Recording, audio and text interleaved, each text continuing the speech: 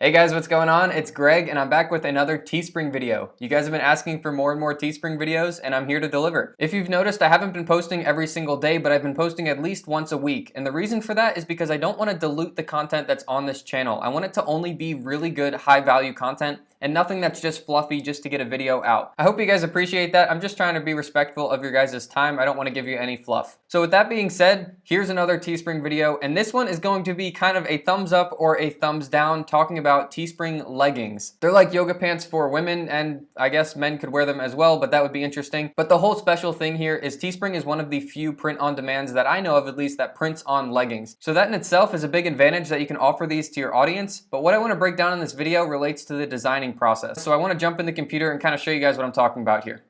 So I'm just on the Teespring example account that I've made for these videos, and something that I thought was really funny is, I mentioned it in the other one, but this account is getting sales. I haven't done anything and I've literally made a couple of shirts here and it's still getting sales. It goes to show that if you set them up right, they basically sell themselves.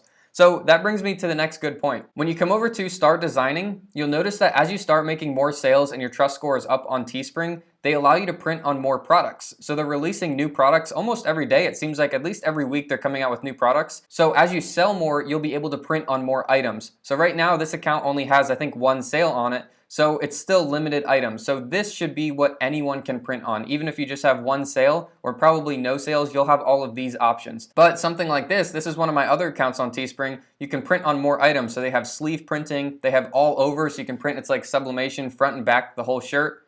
And then you'll see there's more products down here that you can print on as well. So just know that as you sell more and your trust score stays up, you're not infringing on copyright, they will release more products that you can print on. So that's really good for your business. As you grow, it kind of snowball affects it because you can print on different items. So keep that in mind. But with that being said, everyone should be able to print on leggings. So let's just jump right into start designing on the leggings. And this is the first kind of glitch that I've run into. So this is Chrome that I'm using right now, and it's good. You can go to design, you can see the templates, and it actually works. But I don't typically use Chrome. I usually use Safari. So if I jump over to Safari, you'll notice that when I go to design, the templates are kind of all squeezed at the bottom here, and you can't actually do it, so it doesn't work properly. So it's still a glitch here on Safari. I don't know if that's something that has to do with my computer, but I would venture to say that other people might have the same issue. So if you are designing leggings, the first thing is you have to be using Chrome. I know you can't use Safari, or at least the version of Safari that I'm using. So that's number one. So number two is, if you guys have been following this channel, you know I always talk about using Typorama or WordSwag to do your designing for the designs. Well, with leggings, it really doesn't work. So if you import a design from Typorama like this, then you'll see that the design is right here, and it's a pretty cool design on a t-shirt, but it really doesn't work on leggings. Now, this isn't Teespring's fault at all, but I just wanted to show that these designs really don't work here. Even if you put it sideways like this, and then you preview it,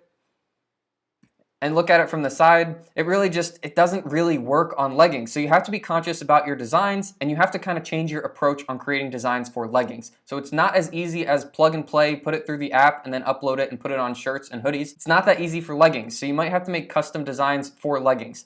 What I have found out is that text designs work the best. Now, to further that is keeping text designs on one line. So what I mean by that is, let me take this out of here and just add text, and we'll just create one line of text. Don't drop it down to make 2 lines, because then it starts to get hard to read. But if you just put one line of text here, so workout, I'm just gonna say workout for this example, and then turn it sideways so it goes up the leg, you'll be able to see that this is kind of the best look that you can make on leggings. So let's just make this small enough to fit within the print zone here. The dotted lines are where you want to stay within in case someone orders an extra small size. You don't want that to not work and be too big. If you put it like way out here, it'll only work if someone's ordering a bigger size. So make sure that you stay within the gray dotted lines, and then try to line it up to that center line to make sure that it's not angled when it's on someone's leggings. And then we're just going to turn that, center it up to that line, and then we'll preview that. And that's kind of the look that we get here. Now, personally, I think that would be too big, so I would go back and I would make it even smaller and maybe put it down on the calf down here. So to show you what I would actually do is make this small like this,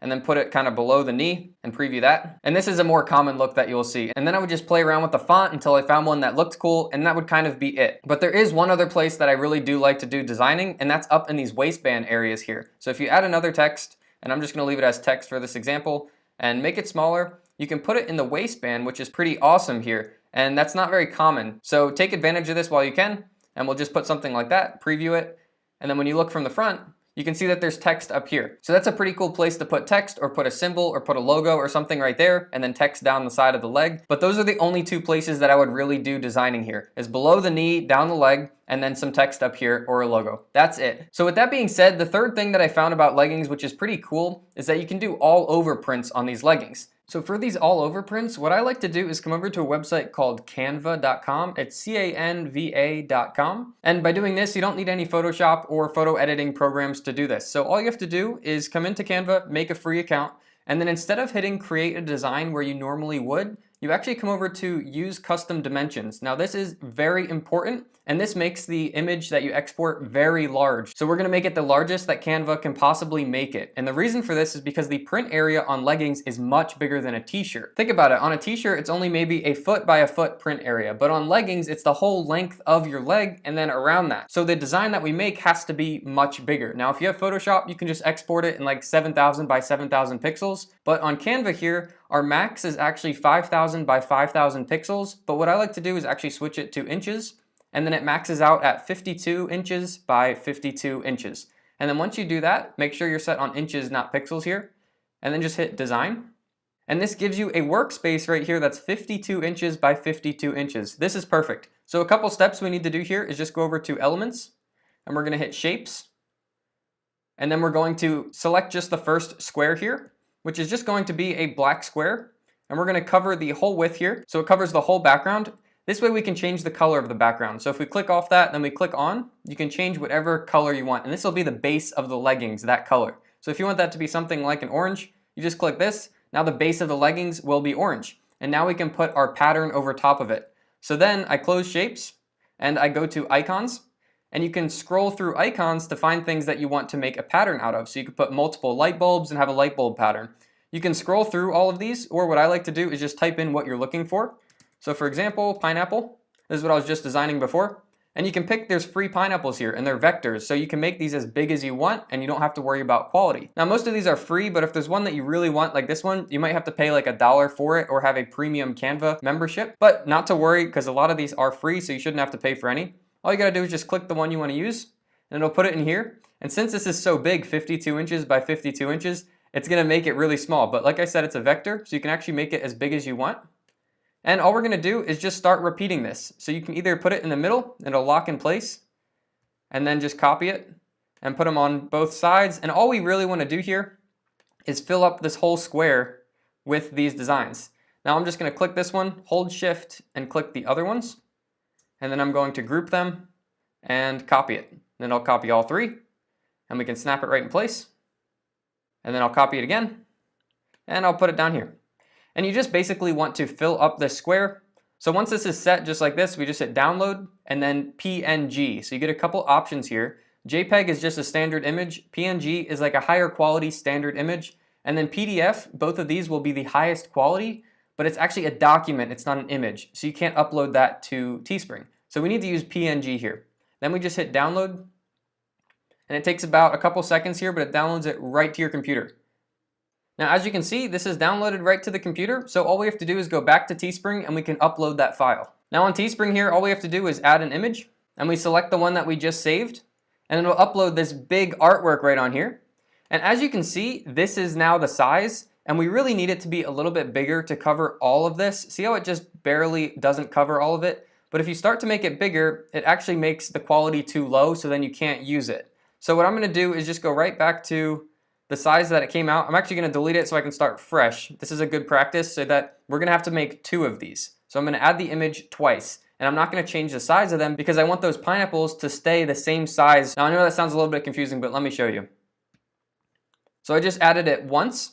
I'm gonna wait for this to load up top. Okay, and now I'm gonna add the same thing again. And once this loads here, now I have 2 of these. So I don't have to change the size, but I can move 2 of them around. Now we can fill the space fully here by putting one over here, and then one over here. And you just play with the settings on this, and maybe I'm gonna add just one more in here. So now I have a third one that I can put down at the bottom here. And as you can see, it covers all of the space here. And just play with this to make sure that it's not overlapping and cutting off one of the shapes. So I'm just going to put it down here. That'll cover all of it. And as you can see, we have a straight line right here, which we shouldn't. So that means one of them is overlapping. So I'll just put it back over here. And now we have our design. So if we hit preview, you can see that we officially just made an all over print. So we missed this little area right here. So we just go back to design.